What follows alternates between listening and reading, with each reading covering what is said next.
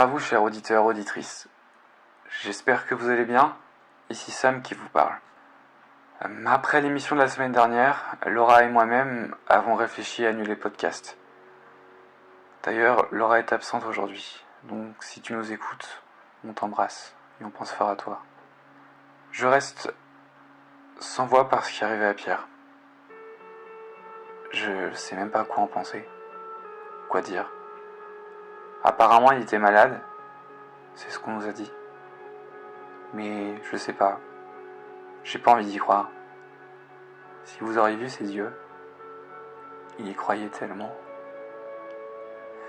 J'ai jamais vu autant de peur de ma vie. Ça va être une émission un peu spéciale aujourd'hui car je n'ai rien préparé. Et je n'avais pas réellement envie de traiter des news locales alors que personne ne parle de Pierre. Je voulais pas vous laisser non plus dans le flou. J'ai essayé d'appeler sa femme mais elle ne répond pas, elle n'accepte aucune interview, rien du tout. Je voulais lui rendre hommage mais vu que je le connaissais pas. Aujourd'hui, de toute manière, c'est l'heure de rendre les copies et de savoir qui a gagné le concours de la meilleure fanfiction. Elle s'appelle Zone 44 et elle a été écrite par Maxime Floyard, donc bravo à toi. Elle a été sélectionnée par Laura, donc je ne l'ai pas lue et je vais la découvrir en même temps que vous. Zone 44. Je me souviens à peine de comment j'ai atterri ici. Je veux dire que tout était encore flou. Des bribes de mémoire refaisaient surface mais rien de bien concret. J'étais allongé sur une table d'opération au milieu d'un grand entrepôt. J'entendais des semblants de bruit, mais j'étais encore trop faible pour bouger. Au bout d'un moment, je ne saurais dire, j'ai comme eu une vague de force qui est entrée en moi. Je me sentais plus vigoureuse. Les bruits se faisant plus proches et menaçants, j'ai donc pris la décision de faire celle qui est toujours endormie pour en comprendre davantage. J'étais terrifié, mais l'adrénaline parcourait mon corps comme jamais et je ne voulais pas y rester. Une personne est entrée dans la pièce. J'ai à peine ouvert les yeux par peur qu'elle me voie. Elle ne parlait pas ma langue et j'en suis sûr car je ne comprenais absolument aucun mot qui sortait de sa bouche. Elle a fait quelque chose que je ne comprenais pas et puis d'un coup elle est partie. À peine la porte claquée, je me suis dépêché à enlever les fils de mes veines et à me lever pour partir, car je savais que ma place n'était pas ici. J'en étais persuadé. Mes jambes étaient lourdes et avaient du mal à répondre. Je donnais pourtant l'ordre de bouger mais elle répondait au ralenti. Je n'avais pas le temps à perdre. Les bruits précédemment entendus commençaient à réapparaître et je n'avais encore rien compris d'où j'étais, mais aussi qui j'étais. Car dans tout ça, qui j'étais? Je n'avais aucun nom, je me souvenais de rien mis à part mon réveil. Je me suis vite décidé à réintégrer la table d'opération et à prétendre dormir. À peine allongée, la personne est venue préparer une solution liquide sur le plan de travail d'à côté.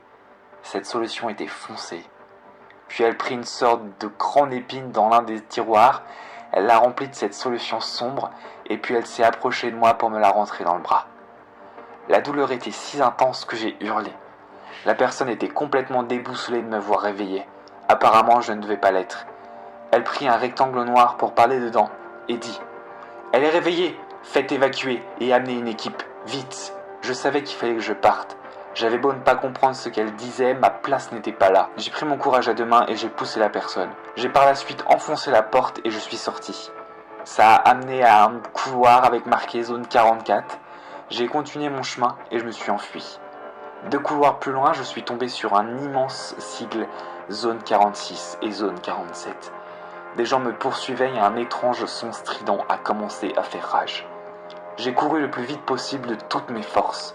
Je savais qu'il fallait que j'aille dans cette direction. Je sentais l'air sur mes joues. Une étrange sensation commençait à grandir en moi. Je continuais donc dans cette voie, malgré que des gens s'opposaient à moi. Je ripostais tant bien que mal, mais ce que je leur faisais était mal. Je le savais. Ce que je voulais, moi, c'était être libre. Je n'avais rien demandé à personne. Mais avant que j'atteigne la sortie, j'ai été touché par quelque chose. Ça m'a traversé la poitrine et je me suis senti si faible d'un coup que je n'ai pas pu m'empêcher de tomber la tête la première. Je me suis réveillé dans la même pièce qu'au début et j'ai entendu « Vous êtes prêts ?» en espérant qu'elle y arrive cette fois-ci.